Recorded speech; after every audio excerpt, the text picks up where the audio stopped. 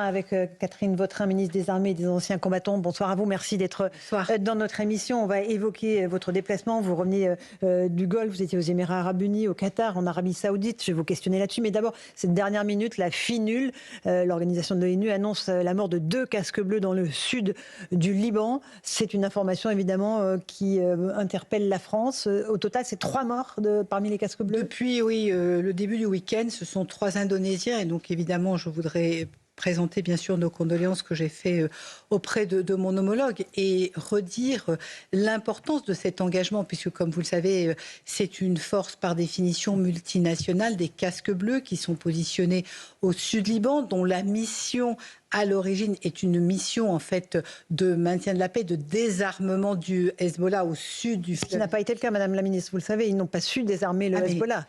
Je ne peux pas vous dire le contraire, que malheureusement, nous sommes dans une situation qui est une situation extrêmement difficile. Et donc, la question qui se pose au moment où nous nous parlons, c'est effectivement comment, évidemment, protéger nos soldats sans pour autant abandonner le Liban, puisqu'on voit bien combien la situation est extrêmement difficile.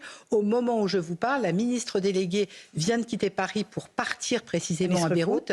C'est vous dire si nous sommes totalement engagés, parce que rien ne peut se faire sans le gouvernement libanais. C'est un des éléments absolument majeurs. Mais on ne questionne pas la présence, on a 700 soldats français, c'est bien cela, au Liban. On ne les retire pas, on les laisse entre deux feux. Fuir le Liban n'est pas un élément de paix. Il y a 1300 soldats italiens. Pour prendre un autre exemple, il y a 1 heure, j'échangeais avec mon collègue italien. Ce que nous souhaitons, c'est très concrètement parler bien évidemment avec les Nations Unies pour déterminer. On savait que la FINUL devait finir sa mission à la fin 26. Est-ce qu'il faut anticiper, donner un autre mandat?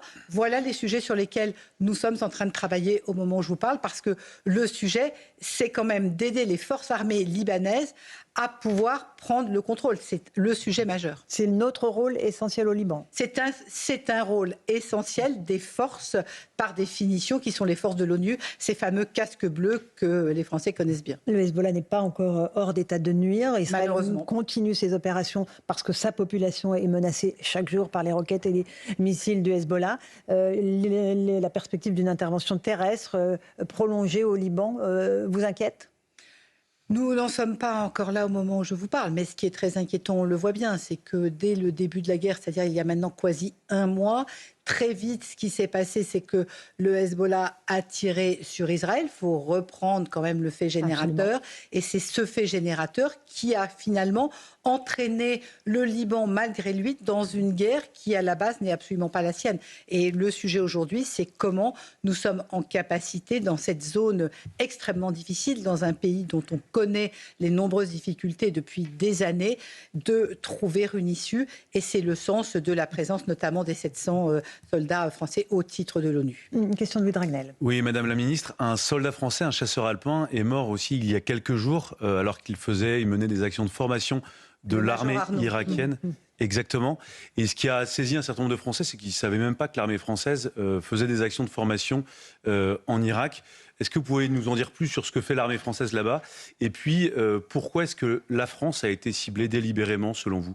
Alors, très concrètement, ce que font les armées françaises en Irak, c'est qu'elles luttent contre Daesh, parce que parallèlement au théâtre de guerre que nous voyons actuellement, nous avons toujours ce sujet absolument majeur que chaque Français connaît, qui est celui du terrorisme. Et donc, très concrètement, l'idée, c'est d'accompagner le gouvernement irakien dans sa démarche, qui est la démarche de lutter contre le terrorisme. Et ce qui s'est passé, c'est que malheureusement, ce jour-là, il était 22h30, c'est-à-dire un moment où les soldats avaient terminé leur mission.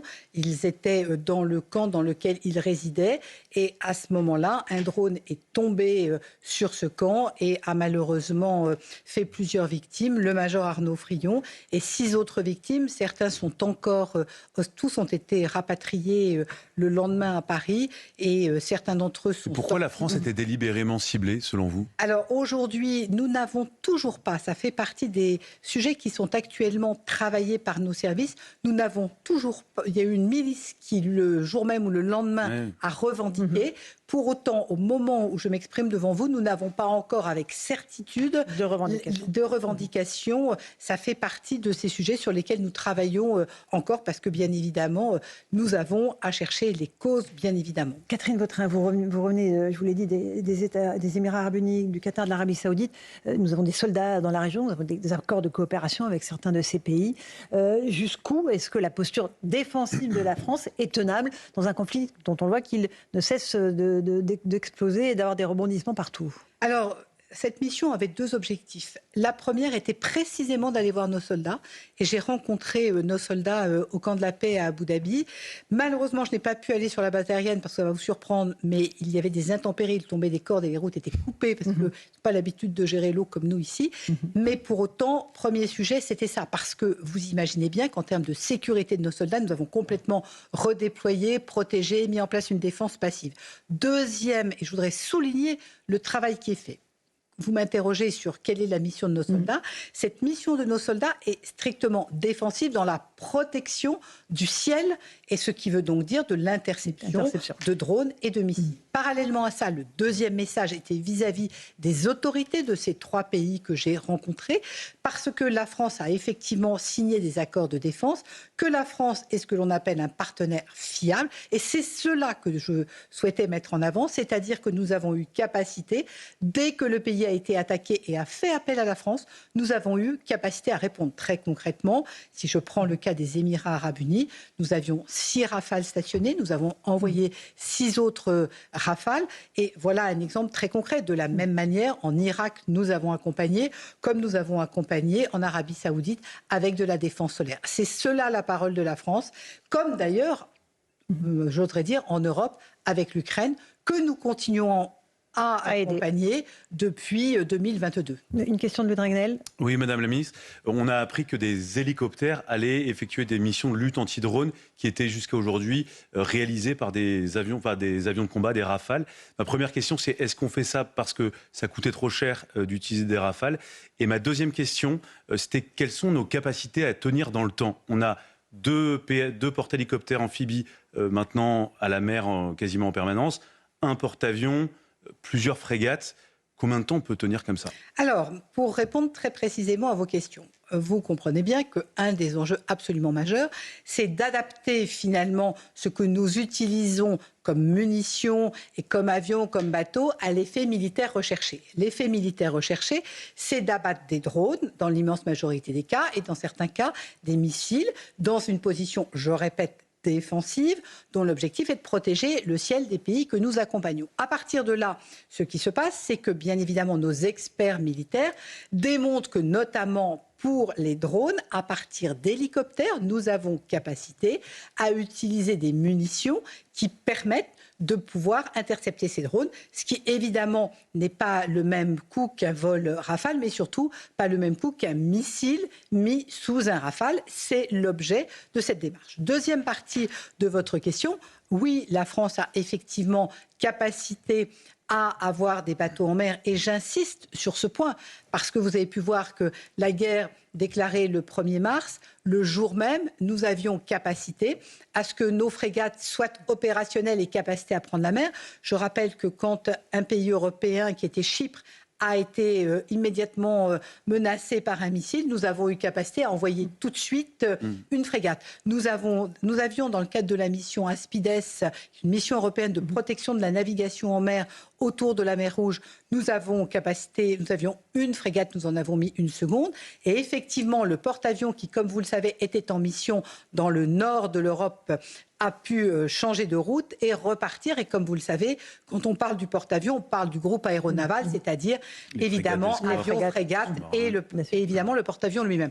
Aujourd'hui, tout ça, c'est ce qu'on appelle dans notre jargon le maintien en condition opérationnelle, c'est-à-dire la capacité à avoir des bateaux, des avions qui s'entraînent, qui fonctionnent. C'est cela le sens précisément d'un texte que je porterai au Conseil des ministres le 8 avril prochain, qui est l'actualisation de la programmation militaire, de la fameuse LPM, la loi de programmation militaire, dont les budgets vont être augmentés parce que le monde se durcit et parce qu'il faut aller plus loin. C'est cela finalement l'engagement financier de notre pays pour la souveraineté. Catherine Vautrin, encore une question avant de parler du service national. Je sais que vous y tenez parce que c'est la fin des vœux de Parcoursup et vous voulez interpeller les jeunes qui nous regardent et nous écoutent.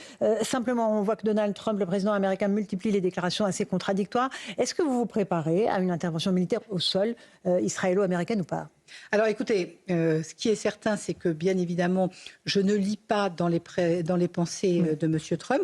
Ce qui est sûr, c'est que la France ne veut pas être entraînée dans une guerre qui n'est pas la sienne. Le président de la République le répète régulièrement.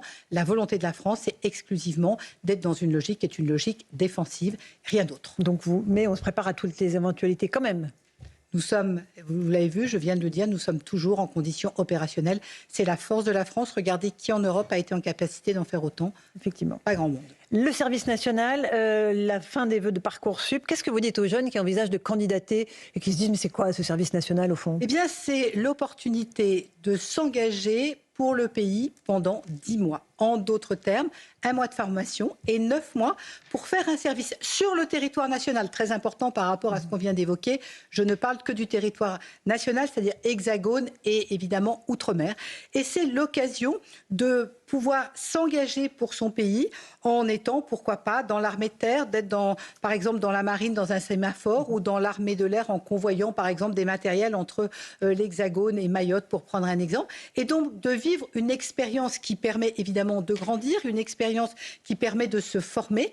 Ce service national, qui est donc un service volontaire, rémunéré, 800 € par mois, mais surtout il est ouvert à tous les jeunes entre 18 et 25 ans. En d'autres termes, aujourd'hui, je suis par exemple, j'ai, je sais pas moi, un CAP de boulanger, j'ai envie de faire une césure pendant 10 mois, je suis exactement éligible, comme va l'être un jeune qui est en terminale et qui, avant d'entrer, par exemple, dans une formation d'études supérieures, va dire « bien, je prends une année de césure ». Pour les jeunes... C'est pas réservé aux diplômés, c'est ce que vous nous dites. 18, ouvert à tout le monde. Seules choses, 18-25 ans. Je fais acte de candidature. À partir de là, je suis reçue par les armées qui vont, lors d'un échange, mesurer la motivation. Il y a évidemment un examen médical, un peu de tests sportifs, comme vous pouvez l'imaginer, et ensuite 10 mois de formation. Louis Dragnel. J'avais une dernière question à vous poser, Catherine Vautrin. Je rappelle donc que vous êtes ministre des Armées. Pour vous, qui est notre ennemi ? Et quelles sont les principales menaces qui pèsent sur la France ? Vous le savez, le chef des armées, c'est le président de la République. La France est toujours dans une position défensive. Et donc, pour être respecté, il faut être craint. Donc, l'objectif de la France, c'est d'être prêt à faire face à toutes les situations avec 2 piliers. Le pilier dissuasion d'un côté, le pilier conventionnel de l'autre. La France est présente en Roumanie, sur le flanc Est. La France, là, actuellement, est en Méditerranée orientale pour la Marine nationale. Vous en avez un peu parlé. Et c'est vrai que pour beaucoup de Français, on a du mal à savoir quelle est la priorité aujourd'hui. Quelle est la menace la plus importante ? Vous savez pourquoi nous sommes en Roumanie ? Nous sommes en Roumanie dans le cadre d'une mission de l'OTAN. Cette mission de l'OTAN, elle est en réassurance de l'Europe pour un sujet que nous connaissons bien, qui est le sujet ukrainien. Ce qui se passe au Proche et Moyen-Orient aujourd'hui ne doit pas nous faire oublier la sécurité de l'Europe, qui est la sécurité de la France. Sur la mer Rouge, c'est la liberté de navigation. On voit bien avec Hormuz que la liberté de navigation, c'est un enjeu majeur parce que Hormuz, c'est par exemple 20% du trafic. Et donc, la liberté de navigation, c'est du droit international qui doit être respecté par tous. Pas d'inquiétude de voir que l'Allemagne veut redevenir la première armée d'Europe, mais les moyens, 500 milliards d'euros, quand nous sommes assez loin en termes de budget. Catherine Vautrin. Vous savez, la différence entre l'Allemagne et nous, c'est que déjà, nous avons une armée opérationnelle. L'Allemagne est en train de constituer. Le moins que l'on en puisse dire, c'est qu'en termes de recrutement, nous ne sommes pas tout à fait dans la même situation. La France a une tradition militaire avec des armées que je salue et dont je rappelle que nous avons un format très complémentaire entre l'armée de métier, la réserve. L'un et l'autre, je vous invite à rejoindre la réserve volontaire, c'est ouvert jusqu'à 72 ans pour les Français qui veulent s'engager pour leur pays, et le service national. Et c'est finalement... quelque part, cela, la souveraineté nationale, ce sont ces armées hybrides engagées pour le pays. Et donc, vous encouragez tous ceux qui nous écoutent, nous regardent, mais bien sûr, à s'engager dans la réserve. C'est vrai pour la santé, comme c'est vrai pour les entreprises de la défense, comme c'est vrai dans tout le monde. Finalement, qu'est-ce que je peux faire pour mon pays ? Le lien armée-nation, c'est cela. Merci beaucoup, Catherine Vautrin, d'être venue sur CNews et Europe 1 pour passer cet appel aux volontaires. Dans un instant, Pierre de Villeneuve sur Europe 1, Christine Kelly sur CNews. CNews pour Face à l'info. Et demain matin à 8h10, on a rendez-vous avec Thierry Breton, l'interview politique de la matinale. Bonne soirée, à demain.